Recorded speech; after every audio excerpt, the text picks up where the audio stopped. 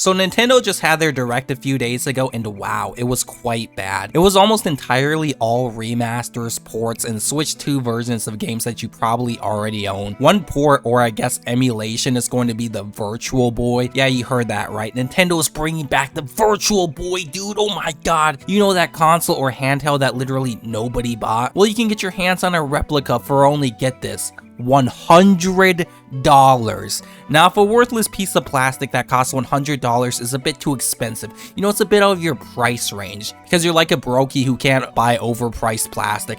Spare change. Spare change, ma'am. Then you can just whip out an Andrew Jackson and an Abraham Lincoln. And for all my, viewers outside of the US, that's 25 buckaroos for literal cardboard. Thanks for the money, stupid fuck. Both of these models, by the way, don't actually have any hardware or anything to them. They aren't actually systems. They are basically just Labo again, or the Switch VR, and releasing on the Virtual Boy, which you're going to have to pay a subscription fee for these wonderful and amazing games, by the way. It's Wario Land, probably the best game on the system, Galactic Pinball, Red Alarm, Telero Boxer, Mario's Tennis, Jack Bros, Vertical Force, Mario Clash, Golf, Virtual Bowling, some Japanese games, Space Invaders, Tetris, and Tetris Virtual Boy. The funniest part is, well, there's actually two funny parts. One, that these, 14 games will not be all released at once, so you're going to need to have that reoccurring subscription on to experience all of these masterpieces, for probably multiple months. Classic games shown here are planned to be released over time. Virtual Boy, Wow. Nintendo Classics, is scheduled to launch. You think this is funny? In a cosmic sort of way, yes. Well, Mr. Funny Man, is this how you get your sick kicks? What? It's just an ordinary crabby. Oh my goodness! And second, these fucking hacks at Nintendo couldn't even have been bothered to add color or different shades of color to this piece of shit console. Yeah, if you hadn't noticed by now, every game on the Virtual Boy is red, which is funny since there's a game on the Virtual Boy called Water World. You know how water is, supposed to be blue? Well, in this game, called Water World, it's red. What the fuck were they thinking? What the fuck were they thinking? Same with Mario Tennis, my favorite, a red tennis court. What were they thinking? Nintendo is also doing this 40-year celebration for Super Mario Bros. And one of the new games for this series is a tennis game called Mario Tennis Fever. It looks pretty cool, and I like how there's various different rackets which give different power-ups or ultimates once your fever gauge maxes out, and you can unleash whatever power-up is tied to your racket. There's an ice one that freezes the ground. I guess it makes it harder to navigate as it's slippery. A fire racket which leaves a trail of fire on the court. A mini mushroom racket which shrinks your opponent. A shadow one which Naruto, shadow clone jutsu yourself, and a bunch of other rackets. I think there's 50, it said, maybe 30, 50, I don't remember. My two biggest complaints though for this is I know most of the recent Mario sports games have been extremely lackluster and just not worth the price, and also just not having much content in general. So it's cool that there's an adventure mode, I guess, to this, but I don't understand why you had to be babies. I mean, I guess it's whatever. And my other complaint is, why would I ever play this piece of shit when I can just play the superior Mario Tennis on the Virtual Boy instead and give myself a headache from staring at a red screen all day? I just fucking... Real talk. So maybe instead of being a retard and jumping all over the place, I should just start from the beginning like a normal person. So the Direct opens up with the Mario 40th anniversary. So they show off some artwork of the franchise and they move on to the new and super duper cool Mario game, Super Mario Galaxy 3. Let's go, baby. I've been waiting on Mario Galaxy 3 for over a decade at this point, and it's finally happening. Finally a good platforming Mario game, and not that Odyssey bullshit of collecting, 50,000 billion trillion fucking moons. Finally, we are reaching peak gaming. Finally, we are about to get Rosalina and those updated and super advanced and amazing Switch 2 graphics. Let's fucking go. Oh, wait a minute. This isn't Mario Galaxy 3, this is the Super Mario Galaxy fucking movie. And it's going to be done by Illumination once again. The studio that shits out slop animated films with the lowest effort possible. Yeah, that Illumination. I mean, to be fair, I haven't seen the first Mario movie. No, not the one from the 80s. I mean the one that Illumination, made, obviously. I heard it was just okay, like nothing special. And they're bringing back Chris Pratt to do Mario again. Wowie zowie. The trailer showed pretty much nothing. This is a great start for Mario's 40th birthday, I must say. I guess Nintendo really is the Disney of gaming at this point. So afterwards, we get the Mario Galaxy Collection featuring both Mario Galaxy 1 and Mario Galaxy 2. Oh my god. You know Mario Galaxy 1, that game Nintendo literally just sold to you in the Mario 3D All-Star bundle for $60? Well, inflation has hit like a motherfucker, because before you got, you know, Super Mario 64, Mario Sunshine, and Mario Galaxy for $60, which I thought that was already quite overpriced, to be honest, for these Mesozoic era games. But Nintendo really had to rub their hands together for this one. Now you get only 2 games instead of 3 games. Also, one of those games you probably have already just bought a few years ago for $70 fucking dollars. You get 1 less game, and on top of getting less games, you gotta pay an additional 10 buckaroos for these remaster games. You know, instead of 60, it's 70. So you're essentially paying fucking $70 for 1 single game, because you probably already got Mario Galaxy 1 from the Mario 3D All-Stars collection. I love Nintendo. Unironically though, if you buy this, you might actually just be special needs, I'll be honest, okay? Which is fine, obviously.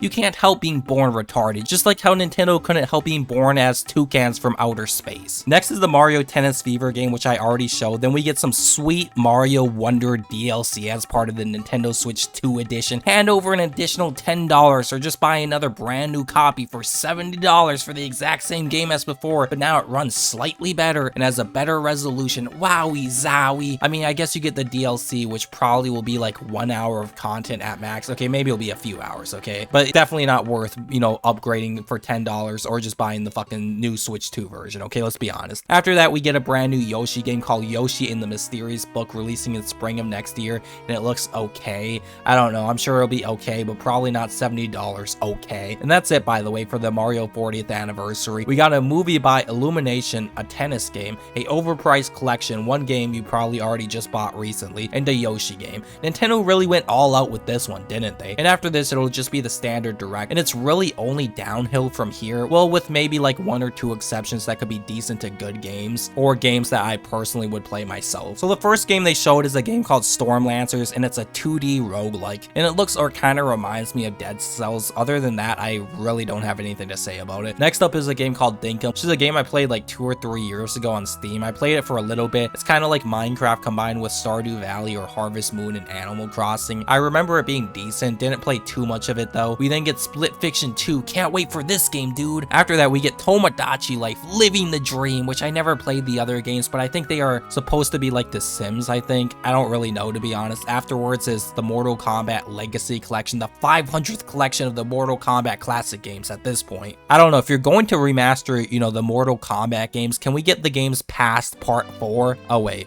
my bad. We are getting Mortal Kombat 5 in this collection, but it's the Game Boy Advance version. Really, nigga? Like, come the fuck on, man. I'm not even against the Game Boy Advance versions of the games in this collection. It's pretty cool, but let's just be real, okay? It wouldn't have costed any more fucking money to just throw in Mortal Kombat 5, 6, 7, etc. But I guess they'll probably make it a second collection for those games, because we can never just not include all the games in one single fucking collection. We always have to make multiple different collections to milk our fans for every penny they have. Then we get a 5-year-old game coming to the Switch 2, that being Final Fantasy Remake Intergrade. I don't even think that Switch 2 is getting the second game in the remake trilogy. Can't wait for 2030 though, for Square to port over Final Fantasy VII Rebirth, and probably in 2035 for the final game in the milked out series. Next is Linked Banner of the Spark, and it's also a roguelike, but wait. This time, it's not in 2D, but instead, it's in 3D. Oh my god, no way, dude. And next is Hades 2. And do you see what I mean by ports? It's just a bunch of ports of old-ass games that have been out for forever at this point. You know, the Nintendo Switch 2, the sloppy seconds console, but this is another roguelike game, so the third they've showcased at this point. And if you were wondering or had forgotten, since you have the memory of a literal goldfish, Hades 2 is extremely fucking woke. Not only did they race swap most of the Greek gods, which were white by the way, to, you know, be kangs and queens, you know, they just couldn't help themselves. They were like, oh no, not only are we going to make the god black, but we're also going to make the god extremely obese and in a wheelchair. We have to mark every single box possible. I love my wheelchair Greek gods, by the way. How fucking cool, dude. And then on top of that, they made Athena a queen. What were they thinking with this shitload of fuck? And there are other queens too, so yeah, good game. good game. Definitely not woke at all. Race swapping Greek gods, putting them in wheelchairs, none of that is woke, clearly and obviously. You know, indie developers and indie games are just masterpieces. They're always 10 out of 10 experiences. You should go out and buy every single indie game possible and support all these indie developers, because they clearly are so much more different than the fucking AAA developers, am I right? Then we are getting a new Hyrule Warriors game, but unfortunately it's based off of the new Tears of the Kingdom Zelda, not this series as a whole like the original Hyrule Warriors was, which is lame, and is what made the original so cool, was the fact that it was characters spanning across, you know, all the different games. When it's just based off of one singular game with a bunch of dogshit characters nobody fucking cares about, it's hard to care about this release, to be honest. Then we are shown Dragon Quest VII Reimagined, probably reimagined to be censored like the previous Dragon Quest remake, let's be honest. It'll probably be good or cool, I guess, I don't know. I've only ever really played a handful of the Dragon Quest games, that being 1, I think 2 or 3, 8, and 9. The game is also releasing on Steam, by the way, so you don't need to go out and buy Switch 2 to play this. Then next is the Fatal Frame 2 Crimson Butterfly remake, which again is releasing on Steam, so you don't need to buy a Switch 2 to play this game. I've never really played any of the Fatal Frame games, so I'm definitely kind of interested in playing this after probably playing through 1 and 2, the original versions first, probably in October. But yeah, I'm a huge fan of survival horror games, obviously, and Fatal Frame is unique because instead of blasting zombies with shotguns, handguns, and rocket launchers, you instead use a camera with different types of film to defeat the ghosts. I also do just really like the ghost theme and aesthetic. After that, we get a montage of a few games, that all being just Nintendo Switch 2 upgrade versions of games already on the Switch, that you'll probably have to spend another $10 to upgrade, which are probably the exact same game as before, just with just a bit, you know, better performance. Wow, I love console gaming, dude, and I love being scammed by Nintendo. Then we are shown Power Wash Simulator 2 in some weird puzzle game. Then we are finally shown off some Metroid Prime 4 gameplay. Oh my god, dude, finally it is here, and it looks like absolute dog shit. I'm calling it right now. The game isn't going to be good, okay? Any game with this much trouble development can't be good. Remember, this was announced back when the original Switch was announced and released. The original trailer was released almost a decade ago at this point. So they showed off Samus's suit, which I don't know, but it just looks off. Like, it looks bad. It kind of looks plastic and really cheap. I don't really know how to put it, but it just looks off. You're shown to be on a motorcycle going across a really generic and empty looking desert, looking about on par graphics wise with like a Wii or even a GameCube game. Like, what the fuck were they doing for the past decade? Clearly not working on the game, because it clearly and obviously looks like absolute fucking dog shit. I don't know if it's going to be open world or if it's just a open area segment. I don't know, but if it's going to be open world like Breath of the Wild or something, I can't say I have high hopes for this game, like, at all. We are shown some quick snippets of combat and some wolves which look really fucking bad. Like, I'm not even joking when I say this. I've seen PS2 models that look better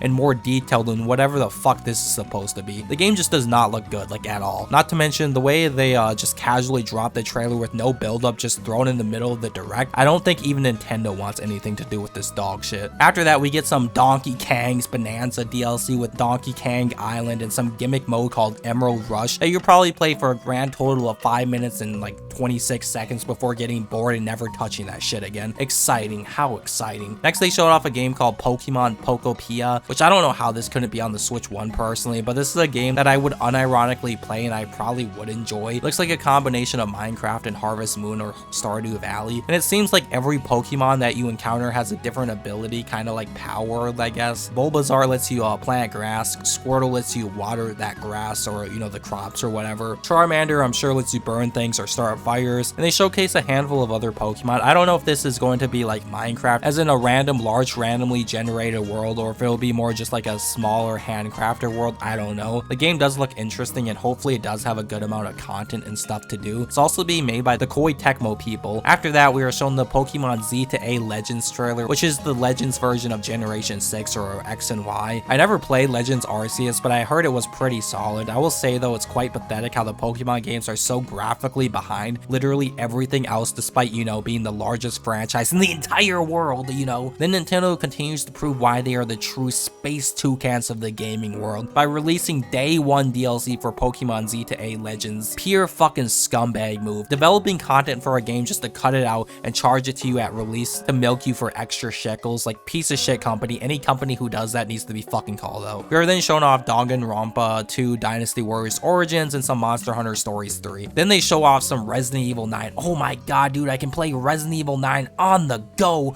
Wowie zowie. I'm going to pick up multiple copies of this game now. I'm sure it's going to run like complete ass. Then we are shown Resident Evil 7 and 8 coming to the Switch too, which I think these games were already on the Switch if I remember correctly, but they were only the cloud versions. But yeah, the Switch 2 proving why it's the sloppy seconds console and the console you should buy if you want to play a bunch of 5+ year-old games. And make sure to pay full price for those, relics of those games as well, because Nintendo needs to have that Nintendo tax on overcharging for literally everything. Again, piece of shit company. Then closing off the direct, we get Fire Emblem Fortune's Weave, which is probably the highlight of the showcase, I guess. Fire Emblem games are typically pretty good. I haven't played one in a while, but I know they are good games. Is this game worth buying a Switch 2 for though? Hell fucking no. Like, what's on the Switch 2 right now that you can only get on the Switch 2? Mario Kart World, the worst Mario Kart game. Donkey Kong's Bananza, a inferior Donkey Kong compared to Rare's Donkey Kong 64. And that's it for games that have released outside of some shit indie games nobody cares about, such as that wheelchair basketball game. And what do we have to look forward to? A Mario Tennis game, a overpriced collection of Mario Galaxy 1 and 2, which you probably already own one at this point, so you're paying $70 fucking for Mario Galaxy 2. A Yoshi game, a Fire Emblem game, Metroid Prime 4, which looks to be horrible, and I guess the Pokemon games. The Switch 2 really is having a rough launch, yet these Nintendo fanboys will continue to eat up any slop Nintendo throws down their fat, disgusting gullets. But yeah, horrible direct. Either subscribe, donate, or get the fuck out. Real talk.